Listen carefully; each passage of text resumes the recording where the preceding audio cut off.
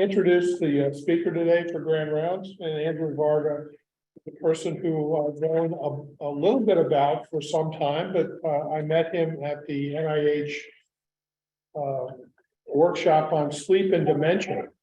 And it was interesting because it looked like this group had discovered sleep. And Andrew was the only one that they had talked to about talking about sleep apnea, which I was very pleased about. But let me tell you a little background. He is in the, he's a physician at Mount Sinai Integrative Sleep Center. He was trained in both neurology and sleep. He went to Rice for his undergraduate. He's got a Ph.D. at Baylor. And he went to medical school at New York Medical College. He then went up for neurology at Harvard Beth Israel Deaconess, which is a center that thinks about neurology and sleep apnea, and then completed a fellowship in sleep medicine in NYU with a group that is now headed by, or at least at that time was David Rappaport, but also has a strong tradition in respiratory control. So he was going to talk today about sleep in a mouse model of tauopathy, natural history and effects of bidirectional sleep manipulation. And let me just tell you that he has all this clinical work, but he's also then now embedded in two systems at the School of Medicine, Neuroscience, Pharmacology, and Therapeutic Discovery. So I like this sort of approach in which you have both basic and clinical skills. Andrew, thank you very much for taking the time for us today. Yeah, thank you so much, Kingman. I really appreciate the invitation to be here. I will apologize up front that I'm not talking about apnea today, even though it's an area that I study quite intensely. I do think some of what I am presenting today is applicable to that, and if you guys want to talk about it sort of afterward, I'm happy to. But today we're going to focus on a lot of my basic science work and some of the stuff that is mostly really unpublished. We're trying to get in the process of publishing it now, but sort of newer stuff in this mouse model of tauopathy. So just by way of disclosure, I have served as a consultant in the past for both Merck and Eisai pharmaceuticals, who each make their own version of a dual orexin receptor antagonist, which I'm going to be talking about in general today. And some of this work is also funded by the Merck Investigator Studies Program. So my lab studies this bidirectional relationship between neurodegenerative disease and sleep. And we focus, I would say, quite a bit on Alzheimer's in particular. And that idea kind of posits that, first of all, accumulating Alzheimer's disease pathology can change underlying features of sleep architecture. But also that sleep disturbances that occur possibly in cognitively normal people before Alzheimer's is clinically evident might actually accelerate the accumulation of AD pathology. And as many of you know, this is how people sleep. In general, this is a human hypnogram where, we have really consolidated sleep, right? The white is representative of times of wakefulness, the gray representative of times of non-REM sleep, and the black representative of times of REM sleep. And as you all know, we're largely awake during the day, and then we sleep in one consolidated chunk with alternating periods of non-REM and REM sleep where REM gets progressively longer generally throughout the period of sleep. And in contrast, mice sleep something like this, which is quite different. So their sleep is much less consolidated than human sleep. Mice are nocturnal, so if you add up all the periods of non-REM and REM sleep, you would see that there's more of it during the lights on phase, during the daylight hours than there is during the nocturnal hours, but they have periods of both sleep and wake throughout the entire 24-hour cycle. And although the broad sleep architecture in terms of the hypnogram looks pretty different than what people have, there are many similarities between mouse sleep and human sleep, including these alternating periods of non-REM and REM sleep, and many of the electrophysiological features of sleep, right? So mice have slow oscillations, they have sleep spindles, just like people do, and so it's a decent model in which to study sleep. As I'm sure many of you know, Alzheimer's disease is characterized by two major neuropathological hallmarks. So those include neuritic plaques that are extracellular and made up of accumulations of the protein beta amyloid. And then also neurofibrillary tangles, which are intracellular and made up of accumulations of the protein tau that becomes hyperphosphorylated and eventually forms a tangle. And in this idea of sort of the bidirectional relationship between sleep and Alzheimer's disease pathology, we kind of got interested in this idea that amyloid and tau might independently have differential effects on sleep architecture as each of those versions of pathology accumulate. And similarly, that early life sleep disruptions might differentially impact the rates at which amyloid and tau accumulate. And so we wanted to kind of dissect this a little bit more. And we got particularly interested in looking at tau for a couple of reasons. One of the main reasons has to do with the way that tau appears and spreads throughout the brain as Alzheimer's disease progresses. And as you can see, very early in Alzheimer's disease, the locus coeruleus in the brainstem is one of the earliest places that tau pathology develops. And even later in disease, as tau spreads to other cortical areas, the locus coeruleus remains the area of the brain that has the densest or the highest density of neurofibrillary tangles. And as you guys may be aware, the locus coeruleus is the major source of noradrenaline to the brain. And it's a really important sleep-wake regulating center. The locus coeruleus is highly active during wakefulness. Its firing rate slows quite significantly during non-REM sleep, and then essentially becomes completely silent during REM sleep. And so it stands to reason that if this is the place where there's lots of tau pathology accumulating, it might impact the way in which these locus coeruleus neurons fire, and that might have significant impact on sleep-wake regulation throughout the day. The other reason we're interested in tau is that overall tau pathology correlates a bit better with actual cognitive impairment than amyloid does. And so this is just some scatter plots showing associations between mini-mental scores and the counts of either neurofibrillary tangles on the top or neuritic plaques on the bottom. And what you can see is that there's this kind of stronger correlation for tangles made of the tau than there are for the plaques. So in order to study tau in an isolated fashion, we decided to work with this mouse model of tauopathy. This mouse model is called the PS19 model, and it's a model in which human tau protein containing this point mutation P301S exists in all neurons under a prion promoter. And this mutation, this P301S, is something that's actually found in people that have frontotemporal dementia. And so people, argue that this is a better FTD or frontotemporal dementia model than it is an Alzheimer's model. But what it does is allows us really to, again, study the effects of tau in isolation. And this mutation is one that also makes tau more likely to glom together and form tangles. And so a couple things to know about this model is that this animal model has a reduced lifespan. So the animals generally live to be somewhere between 10 and 14 months of age with an average age of around 12 months or a year. And that's about half as long as a littermate control, right? So normal littermate controls live to be about 24 months or 2 years. Now, early in the life course of this animal, it looks really quite normal, actually. So up until about 4 months of age, the mouse behaves generally pretty normally. If you were to take the brain out and look at it under the microscope, you would see no evidence for tau phosphorylation, no tangles, no neurodegeneration. And again, behaviorally, if you put it through some cognitive batteries, the animal will perform pretty normally.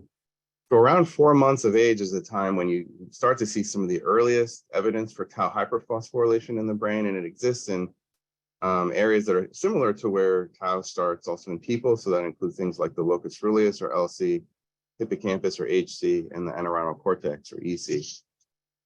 And then over the next couple of months, tau becomes more and more phosphorylated, and you get the first tangles probably around 6 months of age. This is also when you get the first evidence of decreased long-term potentiation in the hippocampus and some of the earliest evidence for microgliosis. And then again, at that point, things start to progress from that point to the end of the animal's life. Starting around 7 months of age is when you can see some of the first behavioral or cognitive deficits in certain forms of memory. Some prior researchers have looked a little bit at what goes on with sleep in a I would say, very general sort of way, and demonstrated that starting around 8 months of age is when some decreases in non-REM and REM duration start to appear. And then there's progressive neurodegeneration until the animal finally dies. And so shown in this picture on the left here is two brains, the one on the left, a control animal, and the one on the right, a PS19 animal at about 12 months of age. And hopefully you can appreciate that this PS19 animal has this massively enlarged lateral ventricle, suggestive of really, significant neurodegeneration having occurred and very significant thinning of parts of cortex, especially these lateral parts of cortex that are mostly limbic cortices, entorhinal and other limbic cortices. So in this talk, we wanted Andrew, can I ask a question? How do they die? Do they die of, human ends up with aspiration, or they just fade away in terms of just altered consciousness? The mice? Yeah, so I don't know if this is how all the animals die, but one common thing that happens to them actually is that they get progressive tauopathy into the upper spinal cord, and they actually develop a paralysis phenotype. And at some point, they basically just can't make it to like food or water anymore. And then the vets are like on our case to like mercy sacrifice them, which is what. Okay. Thank you. Thank you. Sure. Yeah, so like I said, today we're going to try to address sort of three questions within this mouse model of tauopathy. The first is really, how does sleep macro and microarchitecture change as a function of aging in this tauopathy model as the tauopathy and neurodegeneration progress? Secondly, what is the effect on acute administration of a dual orexin receptor antagonist called DORA12 in aged PS19 animals? And then finally, what is the consequence of chronic early life sleep disruption on longitudinal measures of motor and spatial memory in this model? So to answer the first question, we did, relatively straightforward experiment, although the one that took a while, in which we basically looked at animals that were either 2 months of age or 10 months of age and performed 24-hour EEG, EMG recordings on them to assess sleep architecture. And we did this in a way that was male and female sex balanced.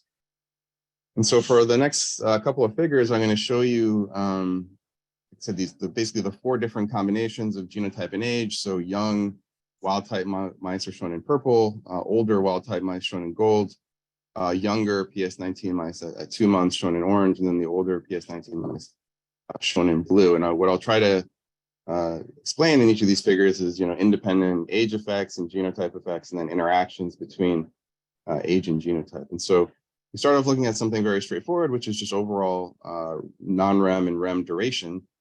And right after that, we see this interesting interaction effect between age and genotype, where wild-type mice actually increase their duration of non-REM sleep as they progress from 2 months to 10 months, whereas the PS19 tauopathy mice do the opposite. They actually start off with higher levels of non-REM sleep early in life, and that actually decreases with aging to the point of 10 months. With REM sleep, we see less change with aging in the wild-type animal, but we do see this decline in REM sleep, specifically in the PS19 animal.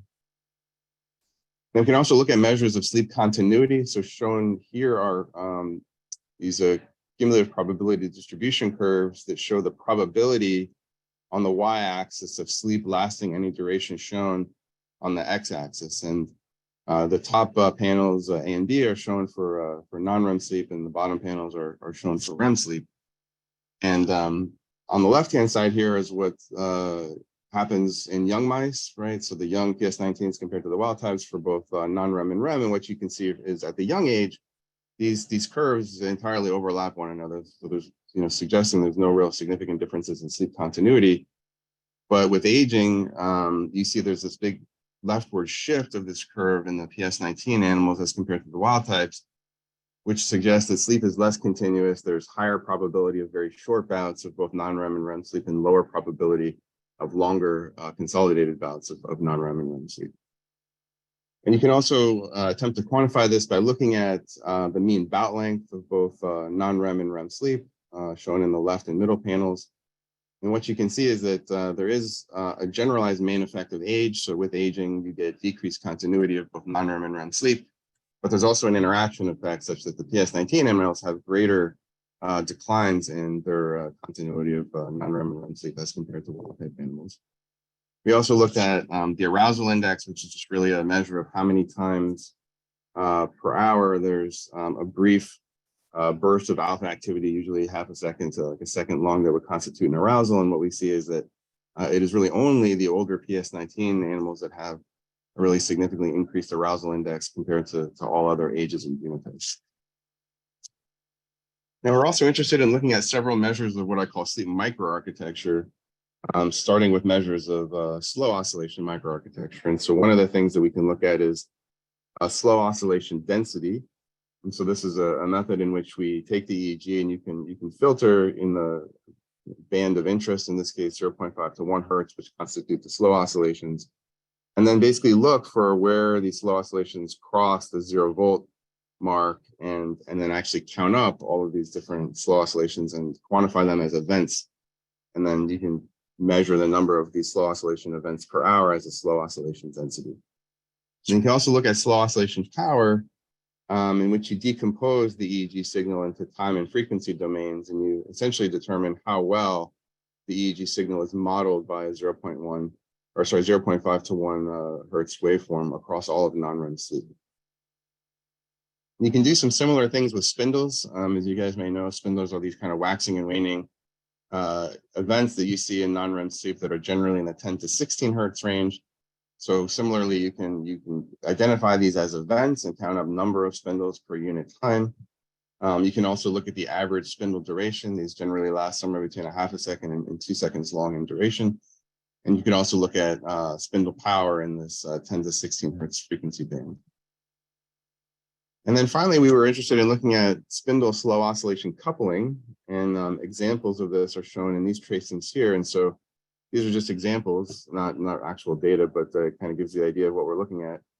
And in this top tracing, what you can see is that the faster oscillation, what we call the spindle, has its amplitude modulated right by the peak phase of the slow oscillation, right? So the largest amplitude of the spindle occurs in this case at the 0 degrees mark in the slow oscillation. And so you would say this spindle or this faster oscillation is phase locked to the 0 degree point in the slower oscillation. Whereas in this example, you can see that the amplitude of the faster rhythm is modulated at the trough of the slow oscillation, what we call the 180 degree mark. And so we would say this spindle is phase locked to the 180 degree or trough of the slow oscillation. And so the degree to which the faster oscillation occurs, amplitude is modulated most consistently at any one specific phase in the slow oscillation, is a representation of how well the spindle is phase locked to the slow oscillation. We call that the phase locking value. So you may be wondering, right, like this all sounds really wonky and esoteric, like why should we care about all this stuff? So there's a couple of answers to that, right? So one is that power in the slow oscillation band is the best reflection of homeostatic sleep drive or sleep need, more so than even non-REM sleep duration. So if you sleep deprive an animal or a person, they're gonna have a lot of recovery sleep. But rather than just the duration of that recovery sleep, the power in the slow oscillations really is the best reflection of the sleep need and how much prior sleep deprivation there was. And spindles are thought to be phenomena that protect sleep from external arousal. So we see this sometimes even in the sleep lab, where if there's a loud noise while someone is sleeping, we'll actually see a spindle occur or a spindle and a K complex together. And it's not totally clear, but it's thought that those are occurring in order to actually try to prevent full transitions into wakefulness and to actually try to protect sleep continuity. And spindle slow oscillations and their coupling increase following new learning that occurs. And the details of this, of course, depend on the precise learning task and the brain regions involved. So it may be different for motor learning, for example, as opposed to spatial learning in terms of which precise variable gets modulated and where precisely in the brain. But in addition, the degree of change in spindle slow oscillation or couplings can predict the degree of offline memory or performance change that occurs after a period of sleep. And so those are some of the reasons why we find these sleep microarchitecture variables of interest. And so shown here is looking at what happens with slow oscillation density and power. We see this interaction effect similar to what we saw with non-REM sleep duration, where in the wild type animals, you actually go from low levels of slow oscillation density to high with aging, and the opposite thing, right? Slow oscillation density starting off high and getting lower in contrast in the PS19 animals. For power, we did not see differences across any of the ages or genotypes. Now for spindles, we saw I would say, a pretty similar pattern for all three variables that they looked at. So shown on the far left is spindle density, in the middle spindle duration, and on the right spindle power. And the main thing that really jumped out to us was that there was a really primary effect of genotype, right? So basically all the oranges and blues are lower, right, than all the purples and golds for any of these variables, in some cases very markedly. So for spindle duration, I mean, this is a very marked difference in spindle duration between all PS19s and all wild type animals. In addition, there is an age effect. So with aging, all these variables go down. So spindle density, duration, and power goes down with aging. And in this case, there's not an interaction, right? So the degree to which the decline happens does not seem to depend on genotype. But as I pointed out, they're starting off from a much lower baseline just to begin with. And then when we look at spindle slow oscillation coupling, we see a main effect of age. So coupling goes down with aging in both wild type animals and in the PS19 tauopathy animals. However, there is an interaction effect such that the degree to which spindle slow oscillation coupling goes down is greater in the PS19 animal as compared to the wild type animal.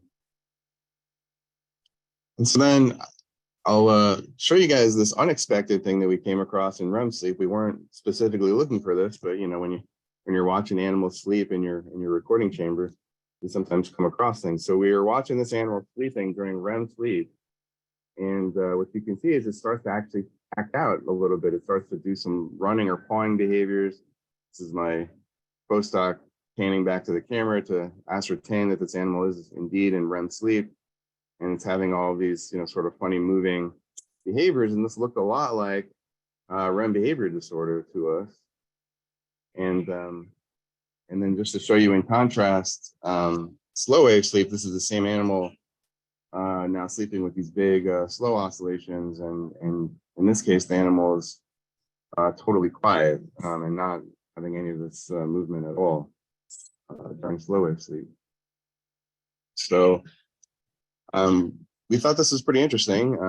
We attempted to try to quantify measures of this sort of dream enactment phenomenon going on in REM sleep.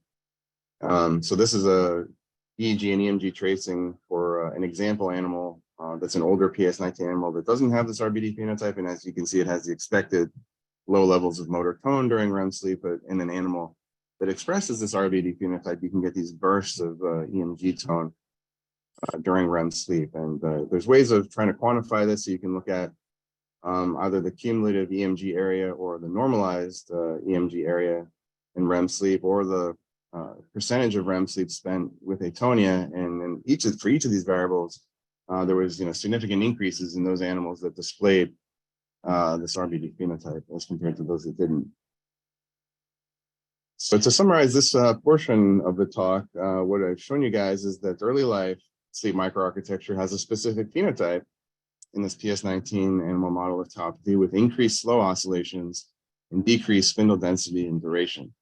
And one of the things I'd really like to highlight is that this is occurring at 2 months of age. And if you remember back to the figure I showed earlier, this is at a time when these animals otherwise look completely normal. As I said, if you take out their brain and look at it under the microscope, there's no tau hyperphosphorylation, no tangles, no neurodegeneration. So this is exciting because it suggests that some of these sleep physiology changes may serve as some of the earliest biomarkers of impending tauopathy, well before evidence of even the earliest tau hyperphosphorylation. And just as an aside, I'll mention that in some of our clinical work, we see something sort of similar. So this was work looking in cognitively normal older individuals who completed an in-lab Ph.D. as well as a lumbar puncture, which allowed us to look at levels of different proteins in the spinal fluid. And what we observed in this case was that in these cognitively normal individuals, those that had higher levels of total tau protein in the spinal fluid had significantly lower spindle density. So this is exciting because it suggests that this is something that's maybe not specific to mice per se, but it's something you can even see in people. And there's another potential implication of this altered sleep microarchitecture, which, as I alluded to earlier, is that some of these spindles and slow oscillations in their coupling seem to be markers for learning and predict things like the offline change in memory. And so although people had looked at some behaviors in these early life PS19 animals, it wasn't 100% clear that people had looked at specifically a sleep-dependent memory task. And so we wanted to take a look at that and just see if there was, anything going on. And so we did this, I would say fairly simple sort of behavioral task where we just looked at a what I call sort of a sleep-dependent novel object recognition task, where animals are placed in an arena with two objects that are novel to the animal. And because they're both novel, the animal will spend about 50% of its time investigating each object. And then you can take the animal out of the cage and ensure that it has a delay that includes periods of sleep, and then put the animal back in the cage. And in this case, now one of these objects has been changed and it's novel. And so if the animal has a good memory of the object that it experienced previously, it'll spend less time with that familiar object, and it'll spend a lot more time, more than 50% of its time with a novel object. And so we looked at this in these young 2-month-old wild type and PS19 animals, but in this case, they performed the same normally. So they had a higher discrimination index for the novel object, both in the wild type animals and in the PS19 animals. So to go on with the summary of the aging changes, we observed reduced duration and continuity of non-REM and REM sleep with aging in this mouse model of tauopathy, but not with aging in the wild type mice. We saw slow oscillation density change with aging having opposite patterns in the PS19 and wild type mice. So increasing in the wild type mice from 2 to 10 months, where as it's decreasing from 2 to 10 months in the PS19 animal. We saw main effects of both genotype and age on reduction in spindle density, duration, and power, but as I was highlighted earlier, a much more marked reduction just based on genotype alone. We see an exaggerated aging-associated decline in spindle slow oscillation coupling in the PS19 animals. And then we see this novel REM behavior disorder phenotype, which I failed to mention, does not occur in all animals. It occurs in about 30% of animals that are 10 months and up in the PS19 model.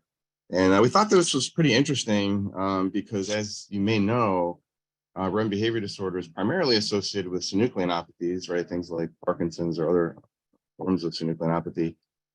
But what's interesting is that in animal models of Parkinson's disease, REM behavior disorder is not something that has ever really shown up. So there's been all these umpteen models of Parkinson's disease in mice and rats, and none of them have RBD. And actually, it turns out that the first animal model, which was a back transgenic animal that overexpressed synuclein, that actually had an RBD phenotype, was just published like in 2020, so very recently.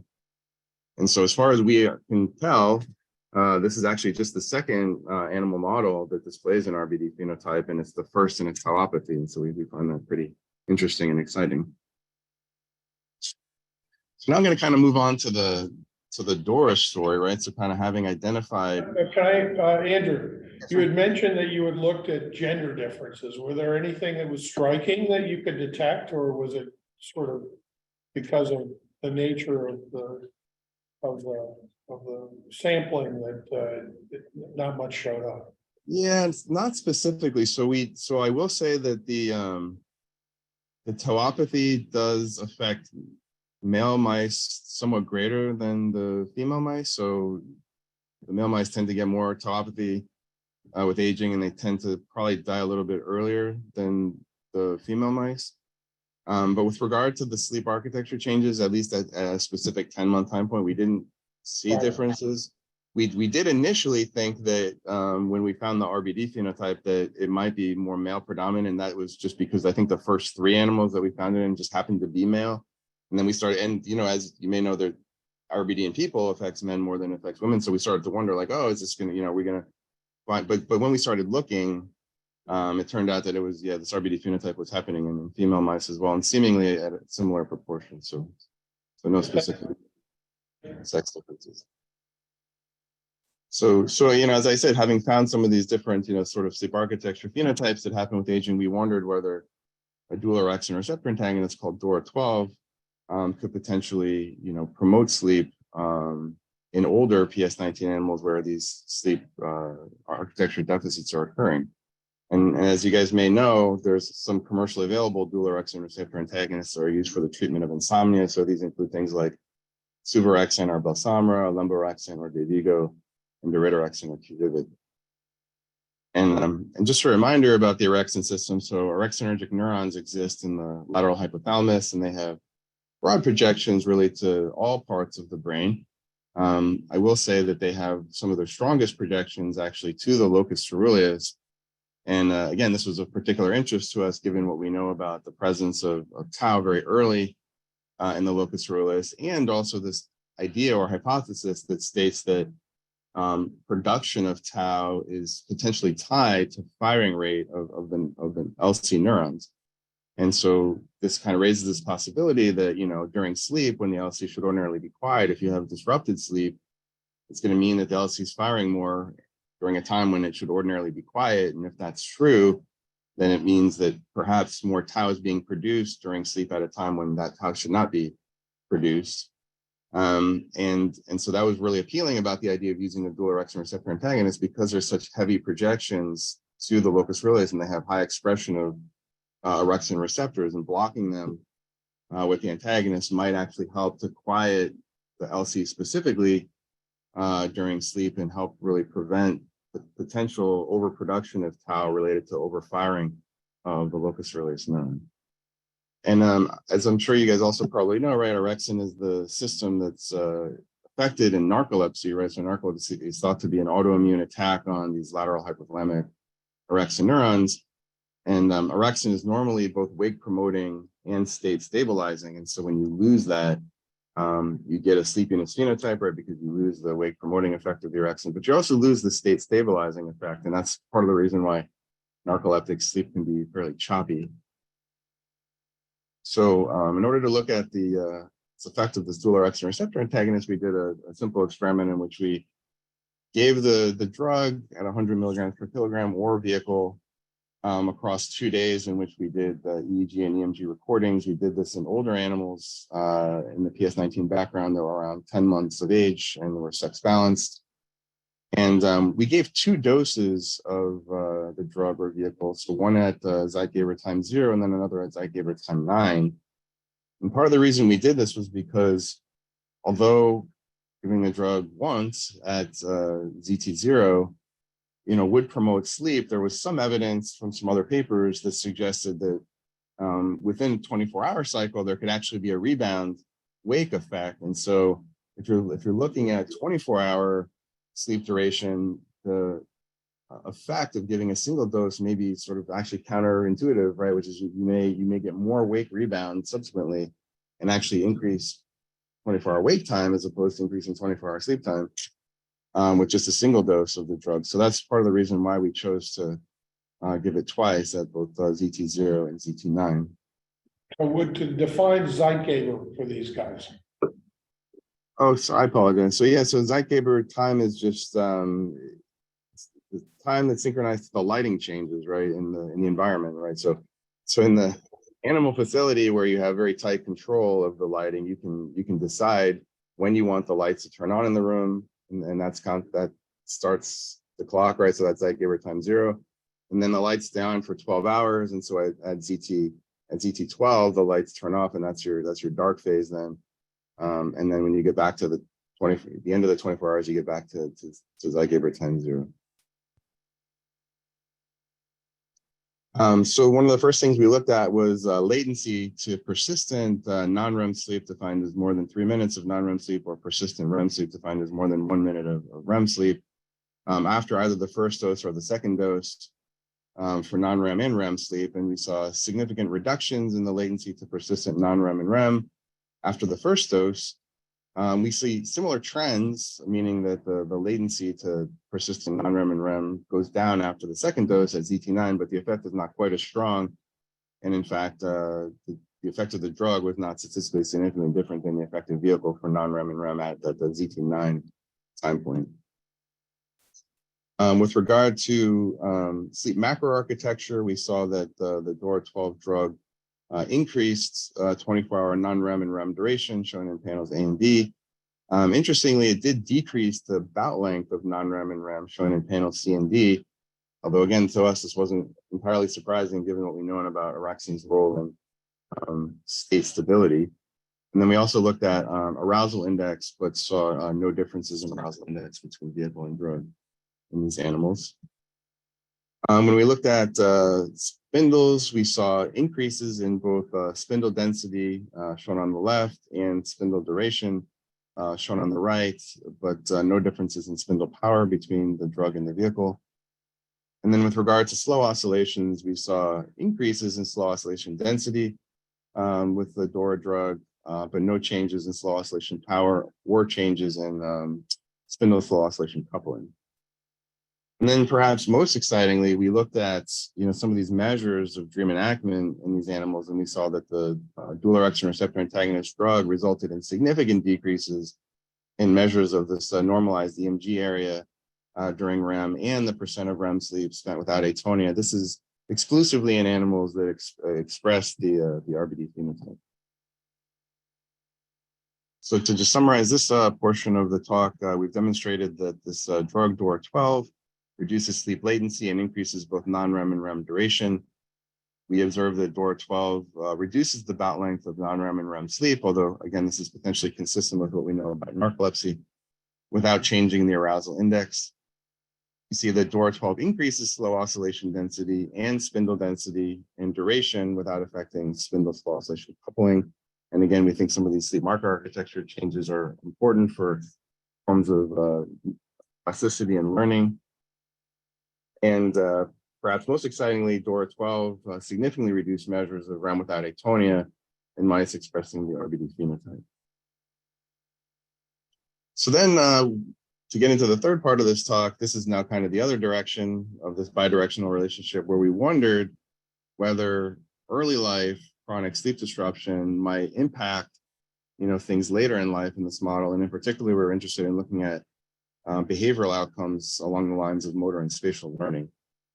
And so in order to do this experiment, we basically either chronically sleep deprived or SD animals versus allowing them to sleep ad lib between 2 and 4 months of age. And again, just to remind you, this is a time when there's really not a lot of pathology going on. Really 4 months of age is the time when you see some of the earliest tau hyperphosphorylation going on. And so what we were anticipating or thinking would happen was that doing the sleep deprivation during this time period might really trigger or jumpstart the tau hyperphosphorylation. And so you might get earlier tangle formation, earlier neurodegeneration, and that might have a long-term effect on some of these measures of cognition. And so animals underwent, like I said, this chronic sleep disruption or ad lib sleep for 2 months, between 2 and 4 months of age. And at that point, all animals went back into the home cage and got to sleep as much as they want. And then at 6, 8, and 10 months of age, we did a behavioral battery, which included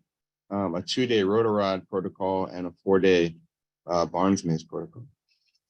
And so shown here is what one of our homemade sleep disruption chambers looks like. It's basically a big flower pot that has a slowly rotating floor with these wires that are stationary. And so what happens is that about once every 10 seconds, if the animal is still, it'll get kind of pushed into this wire and have to kind of step over it, or in some cases get dragged under it.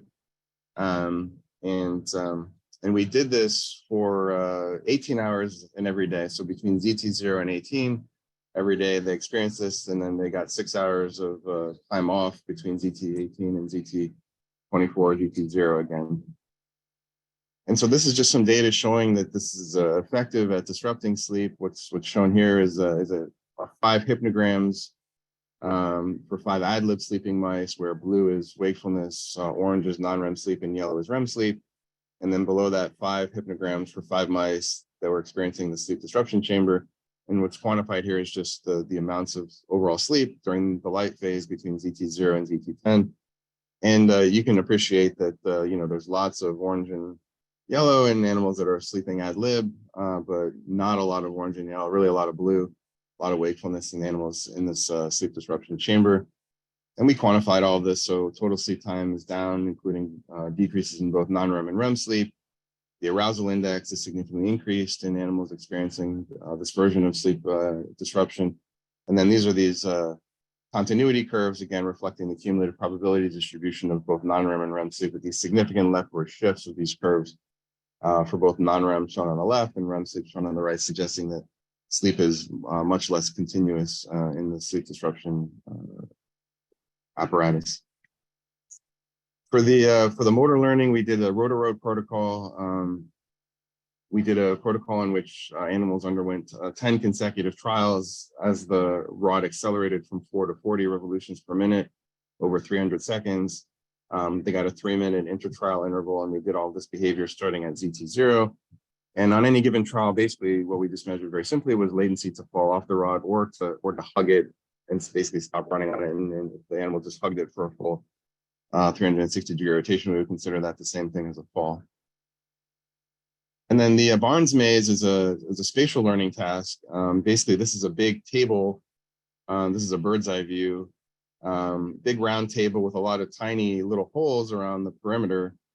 And only one of the holes has a cup underneath it, which represents sort of an escape hole. And in the room, there are these different spatial cues. And so if you start the animal in the center of the table, animals don't like to be out, in the open because they're at risk for predation. And so their instinct is to go to the perimeter. And then, but all, there's no exit except in one place. And so over trials, they learn to use the spatial cues to kind of make a beeline to the escape hole for safety. And at 6, 8, and 10 months of age, we used entirely different spatial cues in the room, as well as a different location of the escape hole in order to try to make the task as unique as possible across the different time points. And so shown here is the rotor-rod data for, let's say, both the wild type and PS19 animals who are both ad-lib sleeping and sleep deprived. And to make a quick story of this, we didn't see anything really. Basically, at both 6, 8, and 10 months of age, there were no significant differences in the motor performance between wild type animals or PS19 animals, whether they had early sleep disruption or not. But we did see something different with the spatial task, the Barnes maze task. So shown here is all the data collapsed on genotype. And so we see, interestingly, that at 6 months of age, actually the PS19 animals shown in the blue squares are performing similarly to the wild type animals. So latency to finding the escape hole is getting appropriately quicker on each successive day of training. Whereas by 8 months of age, this is starting to kind of fall apart. So now the PS19 animals are clearly diverging in terms of performance from the wild type animals. And then by 10 months of age, you see that its difference is even greater. What was super interesting and surprising was that when we now looked at these early life sleep condition, we see that, especially at this 8-month time point, that this effect of taking longer to find the escape hole was really only evident in the PS19 animals that were sleeping ad lib, these sort of purplish magenta tracings, right? And that actually the PS19 animals that experience early life sleep disruption, shown in light blue, are performing very similarly to those animals that are, wild type animals, whether they had early life sleep disruption or not. And then by 10 months of age, the effect of the tauopathy is starting to take over. So even the sleep deprived PS19 animals are starting to perform poorer than the wild type animals, but still it's less poor than the animals that experienced ad lib sleep during the early life. So, we were totally shocked by this because this is the exact sort of opposite of what we anticipated. And so it raised sort of the obvious question of like, well, all right, what's going on with the tauopathy then, right? Like if early life sleep disruption is somehow protecting a form of spatial memory, what's going on with the tauopathy? Is it somehow protecting the accumulation of the tauopathy? And I don't have the full answer for you, but I have a couple of hints that suggest that mostly no, sleep deprivation is, if anything, actually probably worsening the tau pathology. And so one piece of evidence was from animals that we sacked immediately at the 4-month time point. So as I mentioned earlier, most of the animals we put back into the home cages and we let them kind of age out and then do this whole big behavioral battery at 6, 8, and 10 months of age. But a couple of animals, we said, okay, we want to know, or have a hint of what's going on with the tauopathy after this 2-month period of sleep disruption, when the earliest forms of tau hyperphosphorylation are just occurring, in places like the locus coeruleus, which is shown in these top 4 panels, or in the dentate gyrus of the hippocampus shown in these bottom four panels. And, you know, what we see is that, you know, if anything, the chronic sleep disruption animals are showing more tau hyperphosphorylation, both in the locus coeruleus and in the dentate gyrus. And so, you know, that was already some evidence suggesting, okay, it doesn't really look like the sleep disruption is making the tauopathy any less. And then there was some work from Sigrid Vesey's lab at Penn that looked at something similar, where they used the same PS19 animal model. They did a somewhat different version of early life sleep disruption. So they did a version in which the animals were placed in new cages chronically.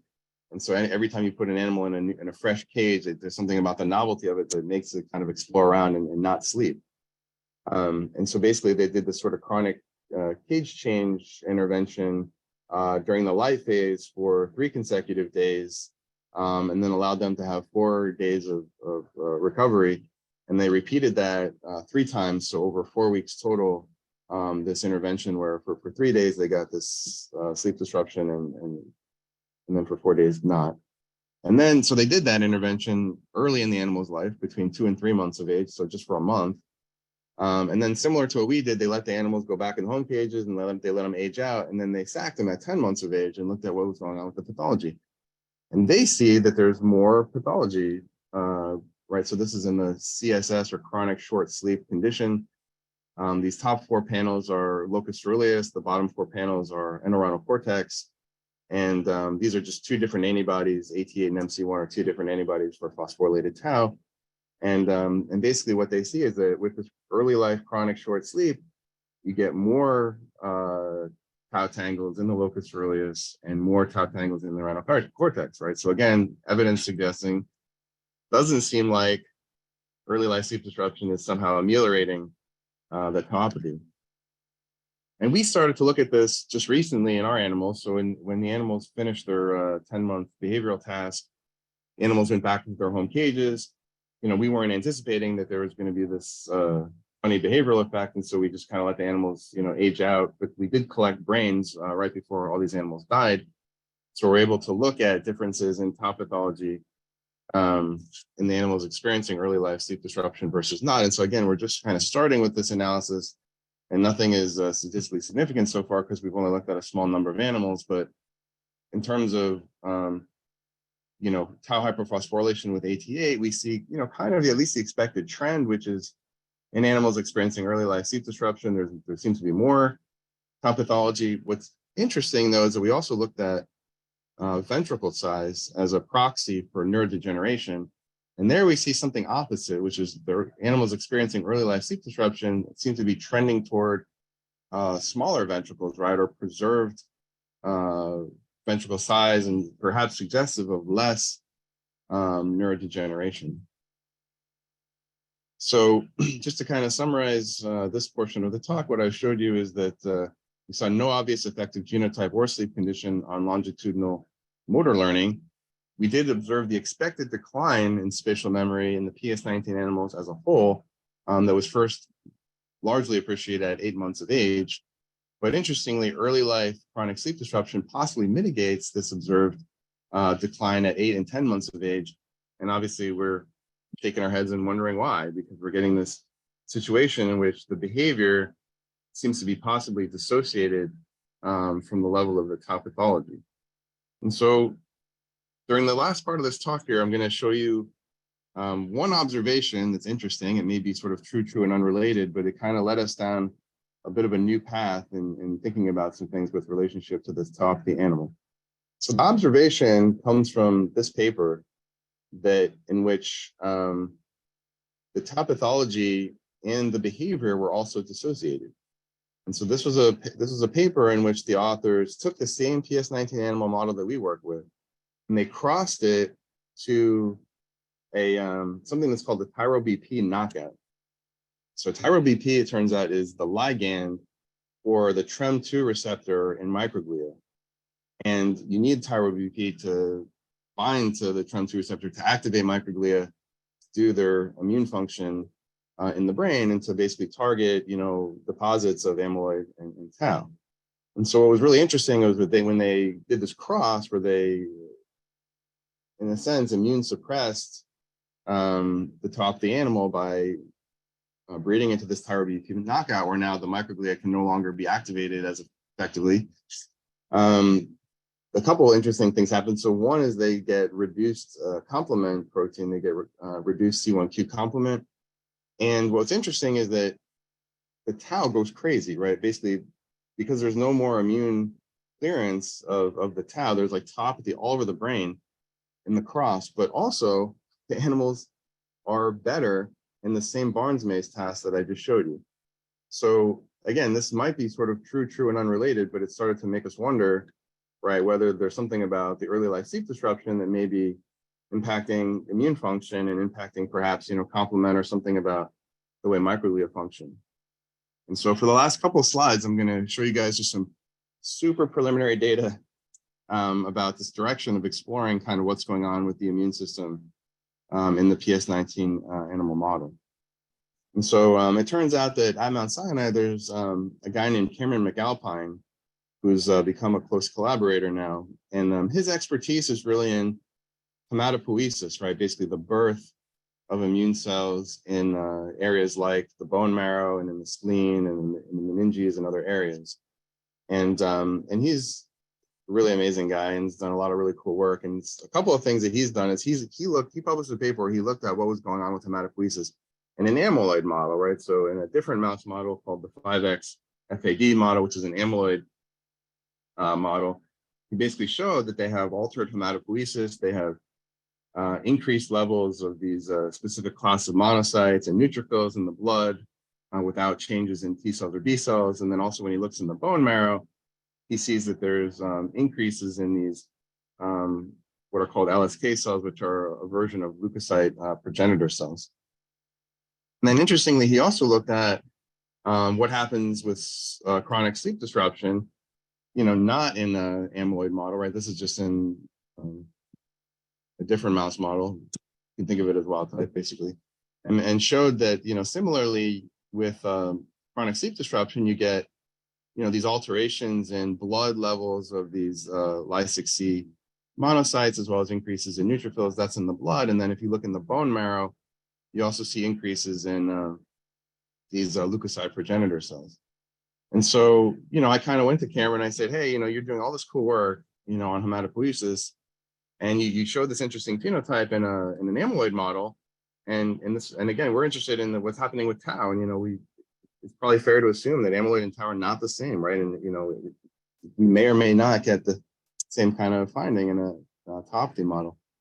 So he agreed to help us look at this. And basically we did, a similar experiment where we took these early life animals at 2 months and then late life animals at 10 months. And instead of doing EEG recordings, we basically just harvested blood, bone marrow, spleen, and meninges and gave them to Cameron to evaluate with flow cytometry to enumerate and phenotype these hematopoietic stem cells.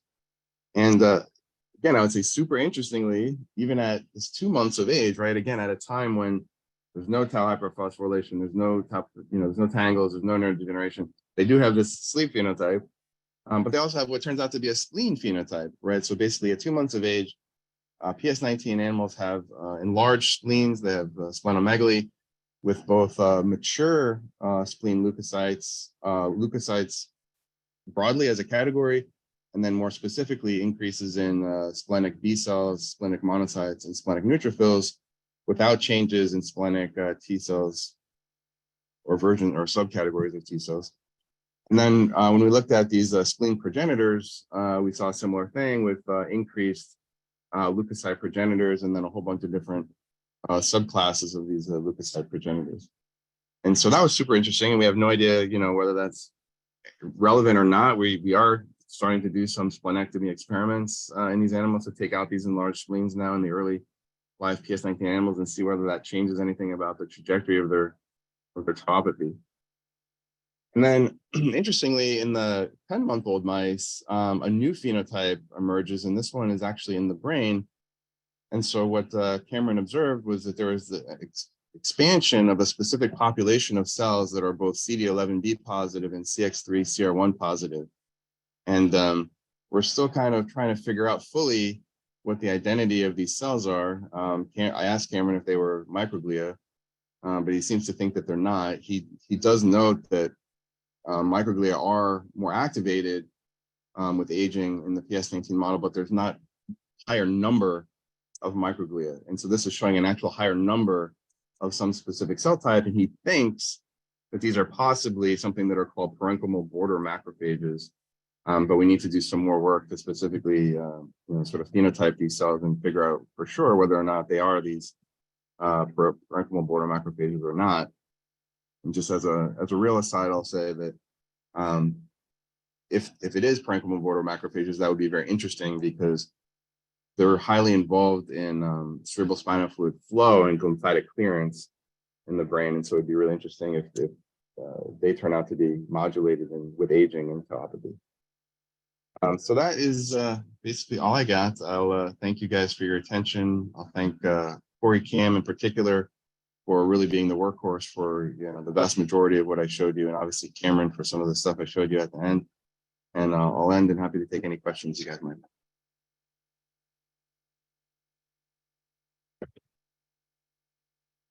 Terrific, Andrew. I don't see any questions here in the link. This is John Driscoll, the neurology guys here that does sleep in the system. That was a great talk. I appreciate it. How did you analyze the EEG data? How do we analyze the EEG data? Yeah. Like, did you have a computer program? Because that's a lot of spindles and how did you do that? You just do it like visually? Yeah, so we have in-house, algorithms for identifying, the spindle slow oscillations and the coupling. I mean, one of the algorithms that we use for spindle detection in particular is our own, is sort of proprietary, that was made by my colleague Ankit Parekh, and that we published on. Some of the other ones are kind of like, algorithms that are out there, and if you just get on GitHub, and they're all done in MATLAB.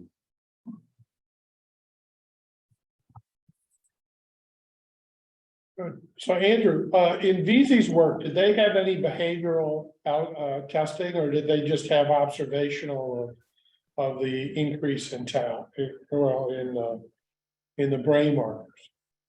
Because I think that's the key here, is whether or not the behavior and the pathology somehow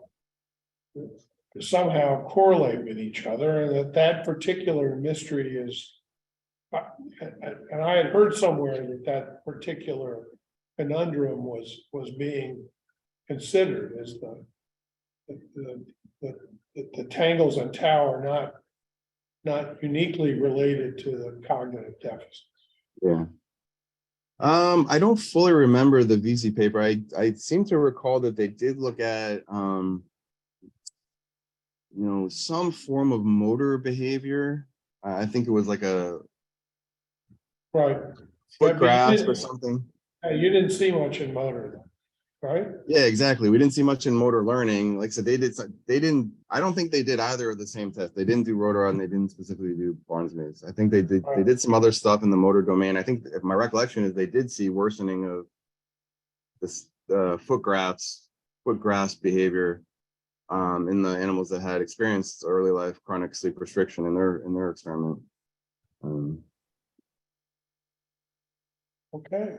Any other people? I've got questions. But John, you have something at all?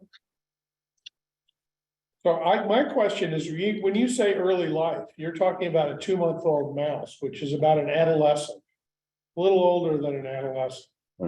I talk early life, I think of a P5 through P15, which is almost like a neonate. Mm-hmm. And have people looked down at that particular level of development? And I don't know what I would use to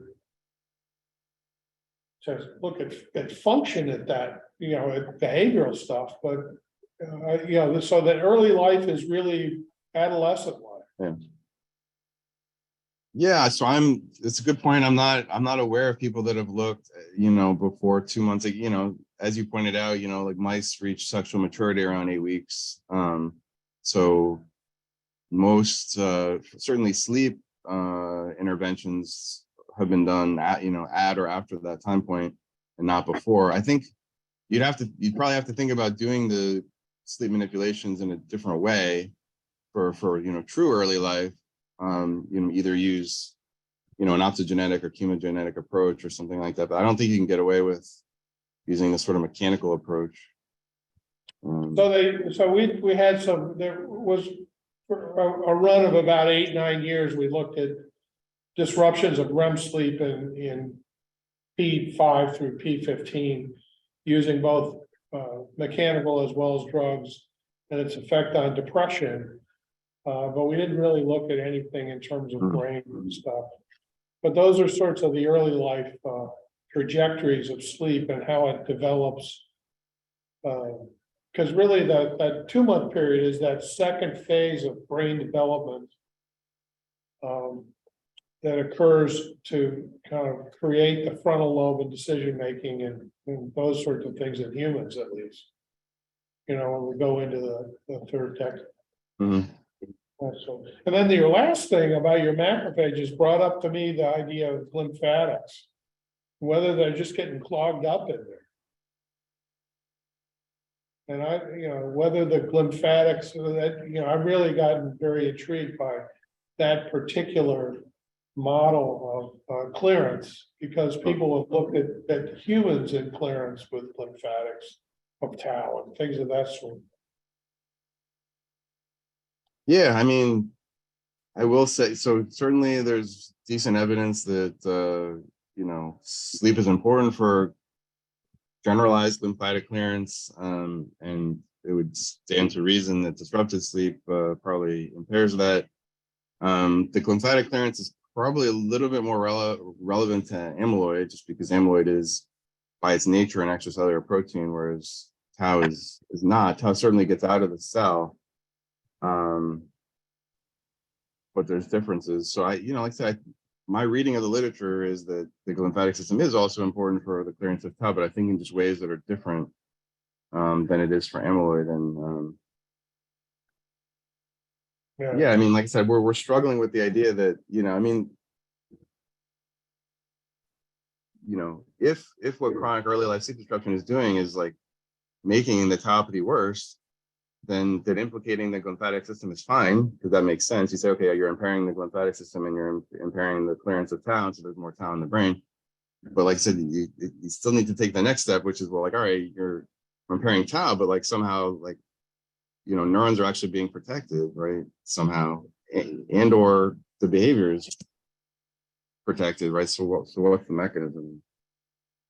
Like I said, the only thing that kind of comes to mind, and I thought about this a lot, right, is it's sort of like collateral damage idea, right? Which is that, during the early clearance of tau or amyloid, you can get the clearance of the bad protein, but you can also take out with it, synapses that are actually important for neuron communication and that really subserve the synaptic connections between neurons. And so if you stop that, right, if you sort of stop the immune response to amyloid or tau, the consequence might be, right, that you now let the tauopathy or the amyloidopathy go crazy, but maybe it doesn't matter as much because you make a small show the chat so people know. Protect neurodegeneration ultimately. Well,